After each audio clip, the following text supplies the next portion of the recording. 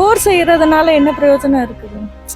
நிறைய குழந்தைங்க இறந்து போறது, நிறைய என்ன சொல்றது, இனமே அழிஞ்சு போற மாதிரி இருக்கு.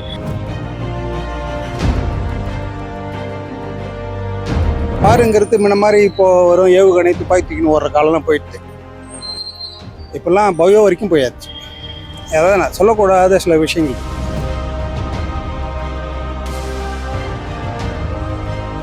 இறக்குறவங்களை வந்து காப்பாற்றும் போது ஒரு முஸ்லீம் அவரும் இறந்துட்டாருன்னாங்க. ஸோ ஒருத்தவங்க செய்கிற தப்பால மொத்த பேருக்கும் அது அஃபெக்ட் ஆகுது.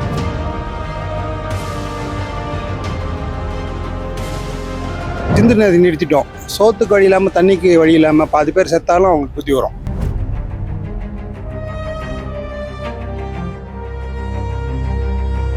அந்த குறிப்பிட்ட அந்த தீவிரவாதிகள் குரூப்புக்கு என்ன செய்ய முடியுமோ கண்டிப்பாக செய்வார்.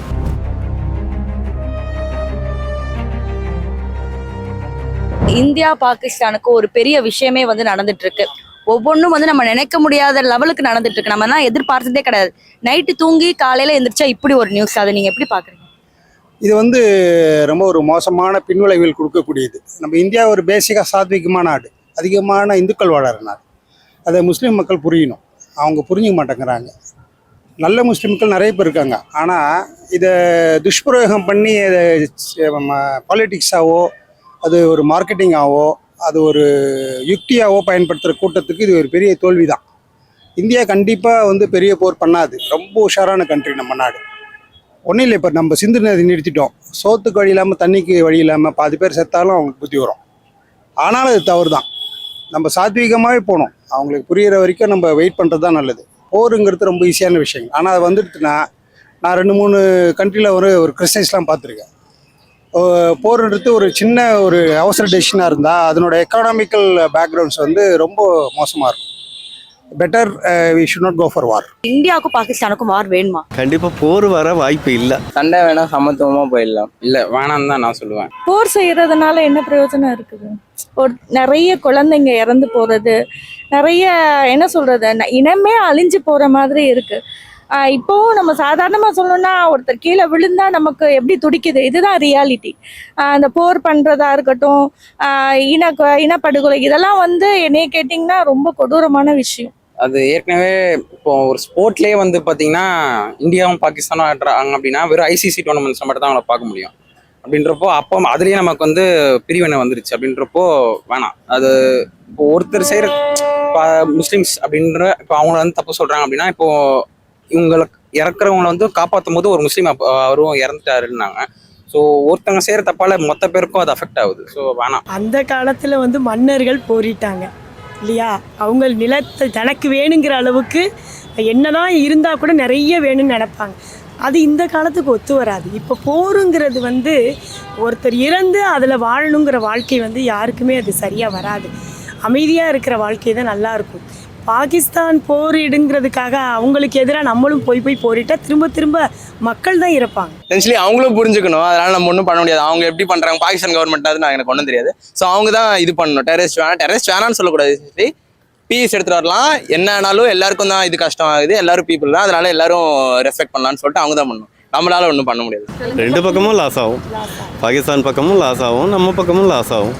கண்டிப்பாக போருன்றது அவர் கொடுத்தது வந்து தக்க பதிலடி கொடுப்போம்னு சொன்னாரே தவிர போரிடுவேன்னு சொல்லவே இல்லை. கண்டிப்பாக போர் வர வாய்ப்பு இல்லை எனக்கு தெரிஞ்ச வரை.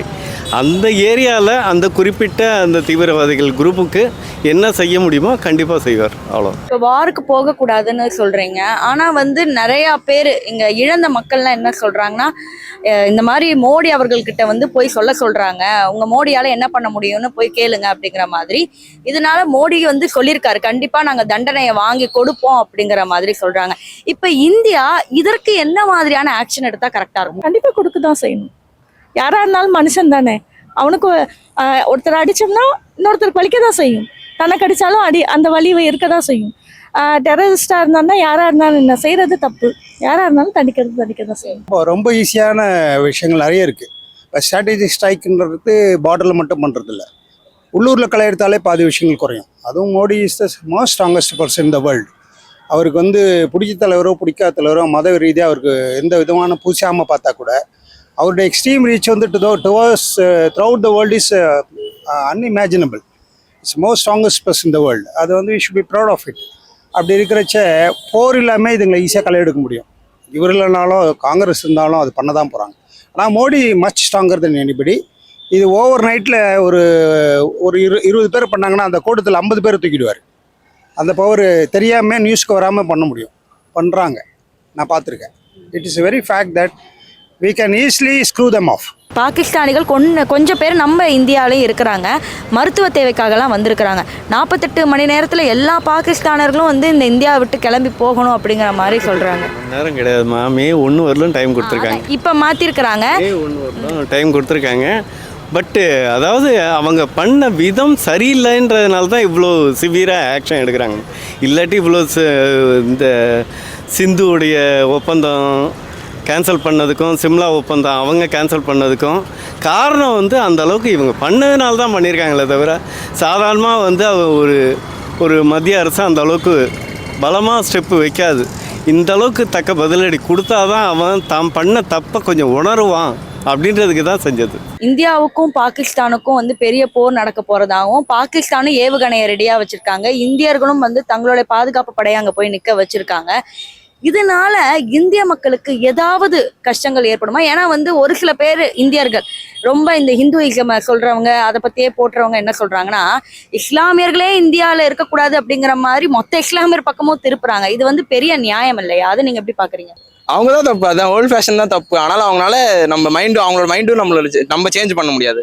அதனால எசென்சியலி அவங்கள ஆட் தான் பண்ண முடியும். நம்ம டேக் ஓவர் பண்ணணும்னு தான் சொல்றேன், அவ்வளோதான். வேற பண்ண ஒருத்தர் செய்கிற தப்பால மொத்த பேருக்கும் இமேஜ் டேமேஜ் ஆகுது. இப்போ எங்கள் அப்பாக்கெல்லாம் வந்து முஸ்லீம் ஃப்ரெண்ட்ஸ் அதிகம். இப்போ நம்ம ஒரு தீபாவளி வருதுன்னா அங்கே ஸ்வீட் கொடுக்கறது, அவங்க வந்து ரம்ஜான் வந்தால் பிரியாணி கொடுக்குறது, அந்த மாதிரி நல்ல, அதாவது இந்தியாவில் இருக்க முஸ்லீம்ஸ் தான் எனக்கு தெரிஞ்சு அப்படி கிடையாதுன்னு தான் நினைக்கிறேன். பாகிஸ்தானில் கூட ஃபுல்லாலாம் சொல்ல முடியாது.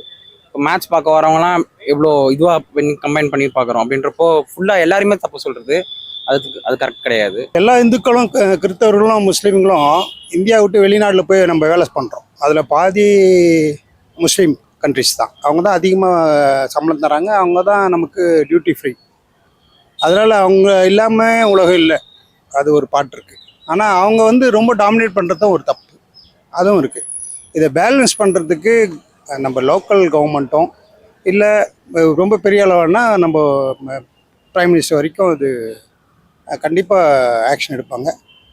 சிந்து வாட்டர் நிறுத்துறது வந்து ஒரு ரொம்ப பெரிய ஸ்ட்ராட்டஜி. இது மாதிரி வந்து வார் இல்லாமல் நிறைய பண்ண முடியும் விஷயங்கள். அது ரொம்ப ஸ்லோவாக பெனட்ரேட் ஆகும். அது இந்துக்கள் முஸ்லீமுக்கும் ஒரு சண்டை வராமல் ஒரு தீர்வை கொடுக்கும். அது யாருக்கும் தெரியாமையும் இருக்கும். லாங் டேர்ம் பெனிஃபிட் கிடைக்கும். அதை தான் அவர் மீன் பண்ணார், தவிர வார் மீன் பண்ணல. வார்னு வந்தால் இந்தியாவுக்கு ஒரு பயமும் கிடையாது. வாருங்கிறது முன்ன மாதிரி இப்போது வரும் ஏவுகணை துப்பாக்கி தூக்கின்னு ஓடுற காலம்லாம் போயிடுது. இப்போல்லாம் பயோ வரைக்கும் போயாச்சு. அதாவது நான் சொல்லக்கூடாத சில விஷயங்கள் இருக்குது. I was NCC senior officer. I worked in environment chief in Gulf countries. We can eradicate them as easy as like that. அது வந்து ஒரு பயமும் இல்லை, பிரச்சனையும் இல்லை. இனிமேட்டும் வாழாட்ட முடியாது. ஏன்னா பப்ளிக் தெரிஞ்சிச்சு. இதுக்கு முன்னாடியெல்லாம் ரொம்ப மீடியாவில் இல்லை, யாருக்கும் எதுவும் எந்த விஷயங்களும் தெரியாது. இப்போ எல்லாருக்கும் ஒட்டுமொத்த கோவம் இருக்குது. முஸ்லீம் மேலே ஒரு கோவம் இருக்குது. அவங்க பண்ண தவறுன்னு அவங்களுக்கே புரியும். இப்படி இருக்கிறச்ச இது வந்து ஒரு ஆரோக்கியமான விஷயம் கிடையாது. ஆனால் இதை ஈஸியாக தாண்டி நம்ம வந்துட முடியும். போர் தான் இதுக்கு சொல்யூஷன் கிடையாது. அதை விட ஈஸியான ஒரு அண்டர் கிரவுண்ட் ஒர்க்ஸ்லாம் நிறைய இருக்குது. அது மோடிக்கு ரொம்ப நல்லா தெரியும். he will do it. Muslim friends அப்படின்னு வரும்போது அவங்க உங்ககிட்ட எப்படிலாம் ஜாலியா இருப்பாங்க, எவ்வளவு ஜாலியா நீங்க இருப்பீங்க? ஏன்னா நிறைய பேருக்கு புரிய மாட்டேங்குது, ஒன்லி ஹிந்துவிசம் தான், அவங்க தான் அப்படி அப்படின்றாங்க. எப்படி இருக்கும் ஒரு ஹிந்து முஸ்லீமோட ஃப்ரெண்ட்ஷிப்? எனக்கு முஸ்லீமும் இந்து கிறிஸ்டியன் பார்க்கவே மாட்டேன். பிடிச்சதுன்னா பேசுவேன், இல்லைனா இல்லை, அவ்வளோதான். ரெஸ்பெக்ட் ஃபார் த பீப்புள், அவ்வளோதான். ஒன்றும் பண்ண முடியாது. அதனாலலாம் குறை சொல்லி இது வேணாம் அது வேணாம்னு சொல்ல மாட்டேன். அதான்